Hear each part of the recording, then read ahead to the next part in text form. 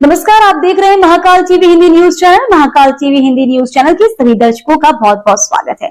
मैं हूं आपके साथ अंकिता। आइए शुरुआत करते हैं आज की कुछ खास खबरों से। उत्तर प्रदेश के मुख्यमंत्री योगी आदित्यनाथ ने बहराइच में आयोजित एक कार्यक्रम के दौरान भारत की संस्कृति और परंपरा के महत्व को रेखांकित करते हुए अंकताओं के महिमा मंडन पर कड़ी आपत्ति जताई। योगी आदित्यनाथ ने बिना नाम लिए कहा कि जब पूरी दुनिया भारत की संस्कृति और परंपरा का सम्मान करती है तब हमें किसी आंक्रता का महिमा मंडन नहीं करना चाहिए। उन्होंने कहा कि आंक्रता का महिमा मंडन देशद्रोह की नींव को मजबूत करने जैसा है और स्वतंत्र भारत किसी भी देशद्रोही को स्वीकार नहीं कर सकता जो हमारे महापुरुषों का अपमान करता हो।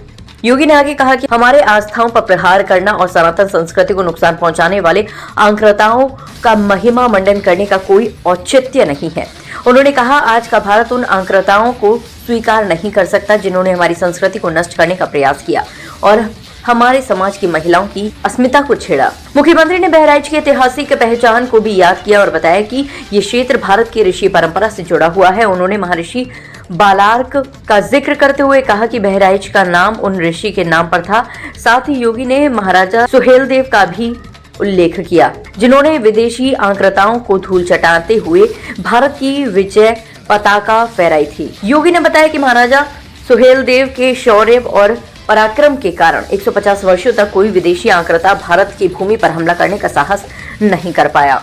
आज बहराइच में कोई अव्यवस्था नहीं फैला सकता, कोई नहीं फैला सकता।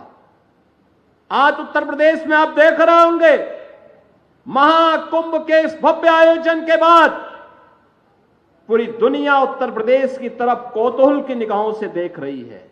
आपने अभी 2 दिन पहले देश की संसद में आदरणीय प्रधानमंत्री जी के द्वारा महाकुंभ पर दिए गए वक्तव्य को आप लोगों ने सुना होगा। प्रधानमंत्री जी ने भूरी भूरी प्रशंसा की है उत्तर प्रदेश वासियों की और महाकुंभ के आयोजन की। मानवता का इतना बड़ा आयोजन दुनिया में कहीं नहीं हुआ है, कोई नहीं कर सकता है। उत्तर प्रदेश में हुआ है। मां गंगा, मां यमुना, मां सरस्वती की त्रिवेणी के संगम में 66 करोड़ से अधिक लोग श्रद्धालु जनों का आगमन।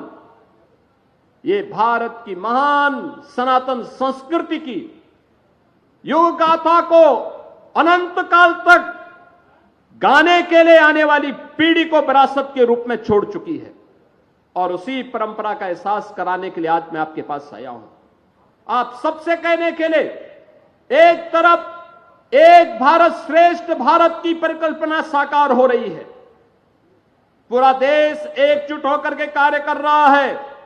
उन स्थितियों में मैं सभी उत्तर प्रदेश वासियों से कहना चाहूंगा, जब भारत की सनातन संस्कृति और भारत की परंपरा का गुणगान दुनिया कर रही है तब भारत के महापुरुषों के प्रति श्रद्धा और सम्मान का भाव हर नागरिक का दायित्व होना चाहिए।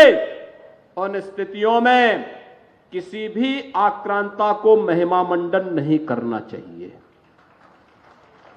आक्रांता का महिमा मंडन का मतलब देशद्रोह की नींव को पुख्ता करना और स्वतंत्र भारत ऐसे किसी देशद्रोही को स्वीकार नहीं कर सकता है जो भारत के महापुरुषों को अपमानित करता हो, उन आक्रांताओं का महिमा मंडन करता हो जिन आक्रांताओं ने भारत की सनातन संस्कृति को रौंदने का कार्य किया था, बहन बेटियों की इज्जत पर हाथ डालने का काम किया था, हमारी आस्था पर प्रहार किया था, उसे आज का ये नया भारत स्वीकार करने को कतई तैयार नहीं है। और इसीलिए मैं आपके कहने के लिए आया हूं, विकास की एक गाथा तभी आगे बढ़ सकती है जब हम अपनी विरासत को पूरे गौरव के साथ आगे बढ़ाने का काम कर रहे हैं। तो फिलहाल के लिए इस खबर में इतना ही। देश दुनिया की तमाम बड़ी खबरों को देखने के लिए देखते रहें महाकाल टीवी।